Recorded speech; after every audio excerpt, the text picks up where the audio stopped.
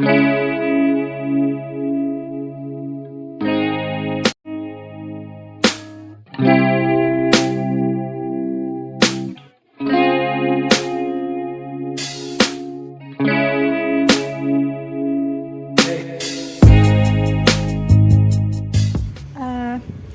siang, Mas.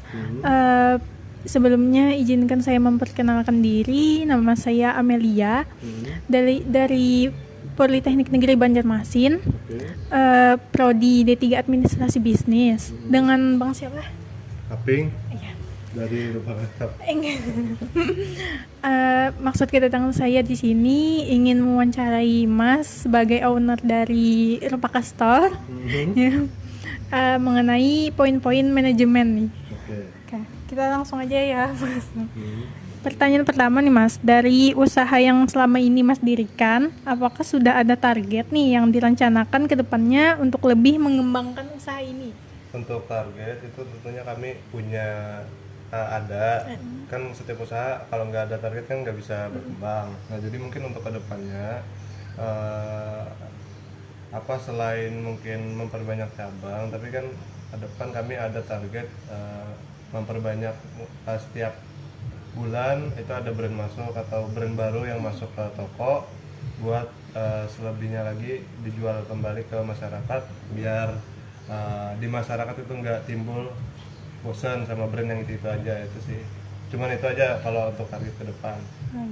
Selanjutnya untuk strategi, Mas. Strategi apa saja sih yang Mas terapkan nih untuk mencapai target tersebut yang sudah Mas sebutkan sebelumnya?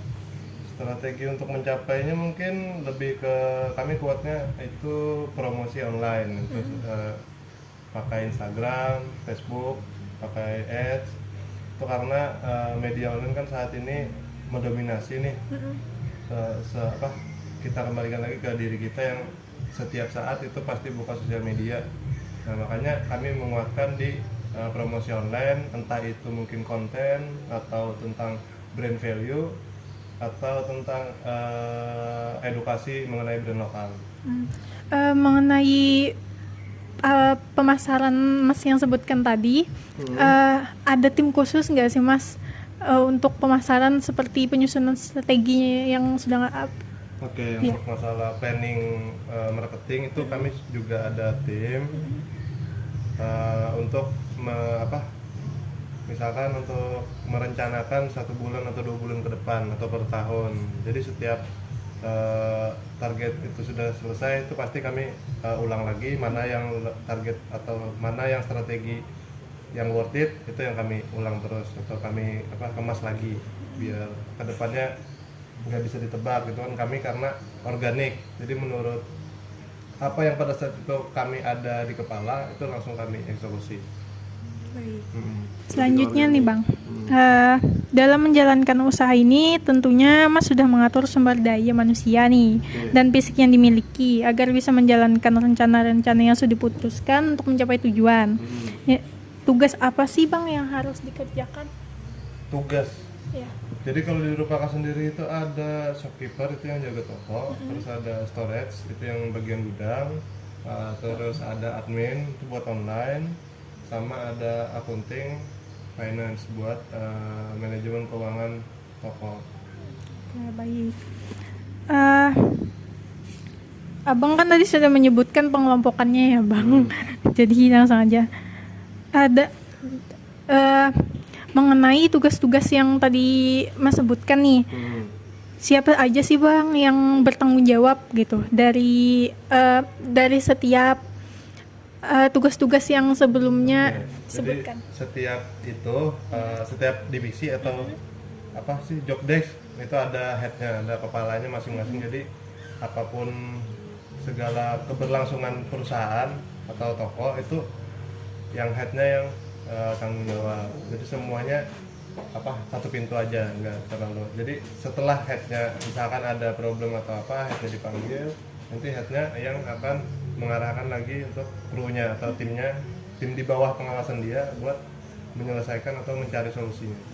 Oke, baik. Selanjutnya ya, Bang, motivasi apa saja sih yang Abang berikan nih kepada pekerja supaya bekerjanya secara efisien dan efektif nih? Motivasi. Iya.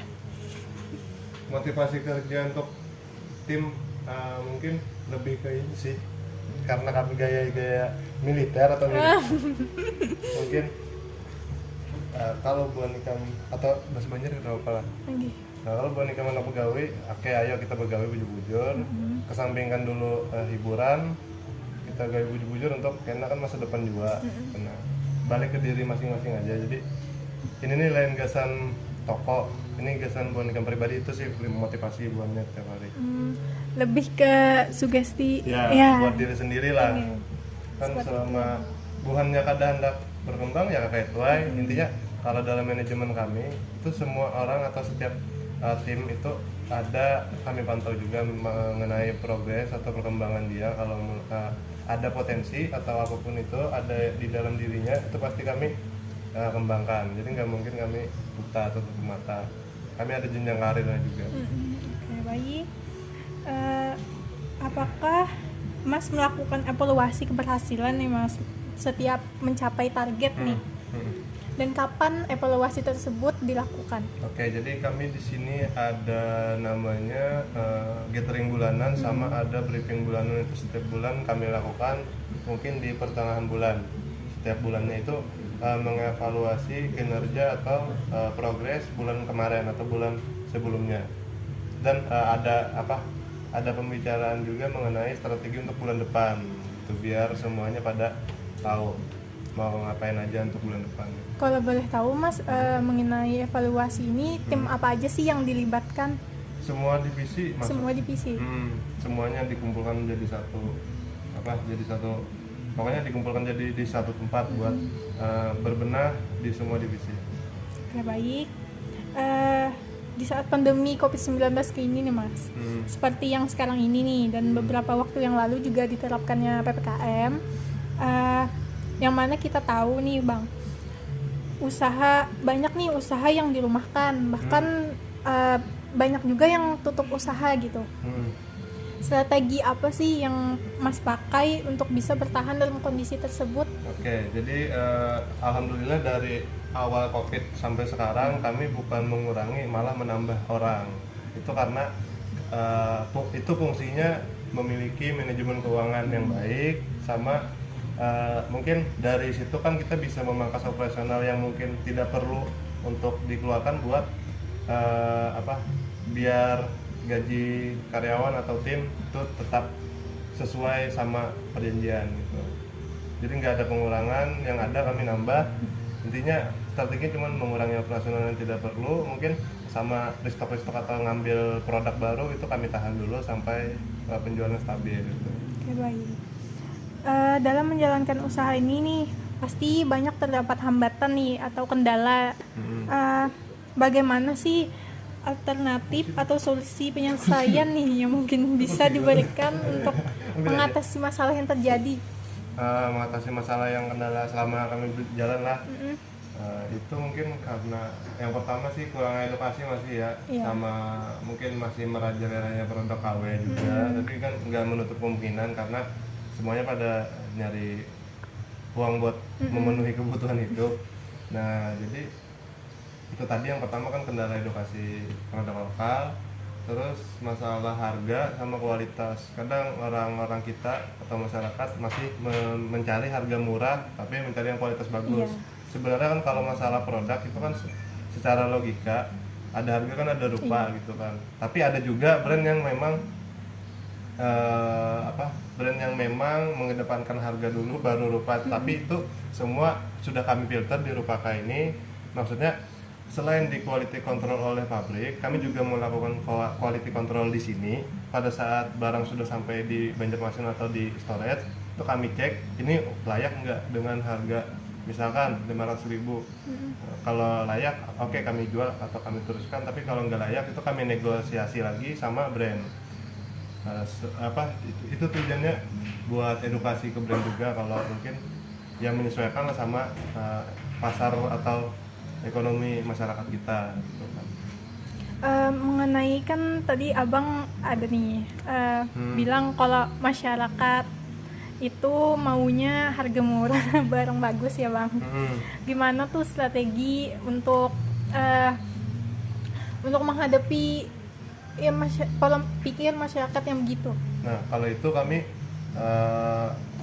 buka-bukaan atau jujur-jujuran saja sama konsumen atau pelanggan bahwa kalau pian atau kalau brother nyari yang harga 100.000, kami ada yang seperti ini. Nah, mungkin dibandingkan yang harga 290.000 itu beda di bahan. Itu kami jelaskan semua tuh materialnya, pokoknya sampai dia benar-benar nerima. Soalnya kan apalagi yang online atau Shopee ya, beli barang nanti tiba-tiba dapat reputasi bintang 1 karena katanya nggak sesuai ini. Nah, itu kami sangat anti kalau orang order langsung kirim. Pokoknya kami jelaskan dulu ini bahannya gini, bahan materialnya, makanya harganya segitu. Pokoknya terus terang lah ke konsumen barang itu seperti apa. Tapi baru semua kalau nggak ada yang second. Untuk kedepannya nih Bang, ada rencana mau mengebuka cabang di luar daerah nggak Bang? Insya Allah kalau itu kan pasti ada tuh. Tapi untuk sementara ini kami baru buka di Banjarbaru dan itu masih tahap pengembangan. Insya Allah di Banjarmasin nanti ada lagi, semoga bisa terlaksana. Jadi mungkin ada 2 nanti di Banjarmasin. Dan itu masih dalam jauh planning jauh. Nggak terlalu kami ini fokuskan. Tapi niat ada ya Bang? Niat ada, jelas lah semua usaha pasti. Iya. Terakhir nih Bang, pesan atau saran apa sih yang mungkin bisa Abang berikan dalam memulai atau membangun suatu usaha nih, khususnya untuk kami anak muda yang kadang punya pikiran, aduh takut mencoba nih, takut gagal. Gimana Bang? Apalah? Sebenarnya untuk motivasi itu sih ya namanya apa ya, kalau mau kayak orang atau ngelihat orang punya barang-barang bagus kan, otomatis secara tidak langsung kan harusnya kita bergerak nih. Jadi mau tidak mau, namanya kita ada target atau tujuan hidup, jelas kita harus membuat usaha atau berbisnis buat keberlangsungan hidup.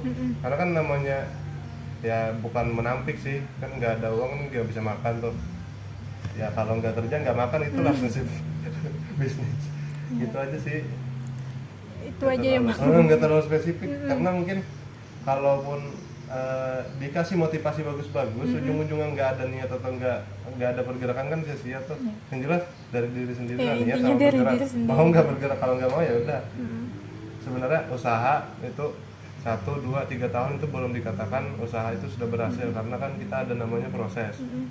Nah, makanya dari itu ada kan peribahasa atau ada kata-kata dari beberapa orang bisnis, hargai sebuah proses atau nikmati sebuah proses, itu benar. Karena kan kita nggak ada yang namanya langsung naik.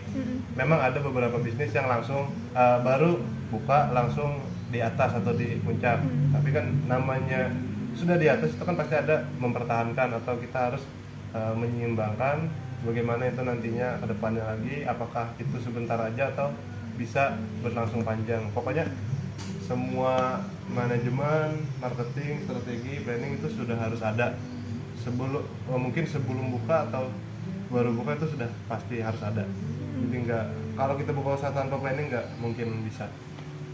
Kalau boleh tahu nih, waktu pertama kali mendirikan Rupaka Store ini, Abang sendiri atau sama tim?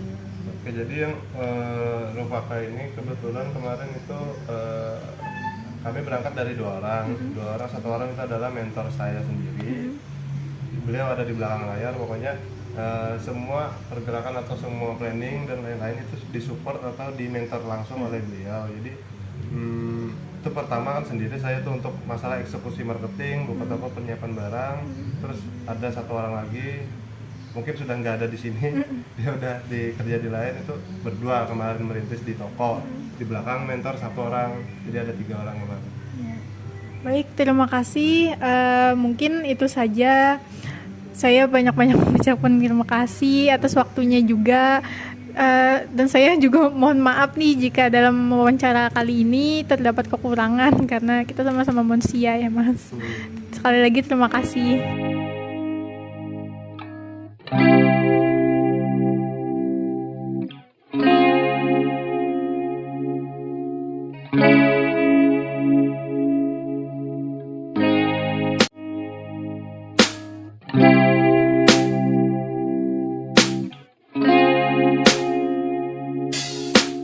ya.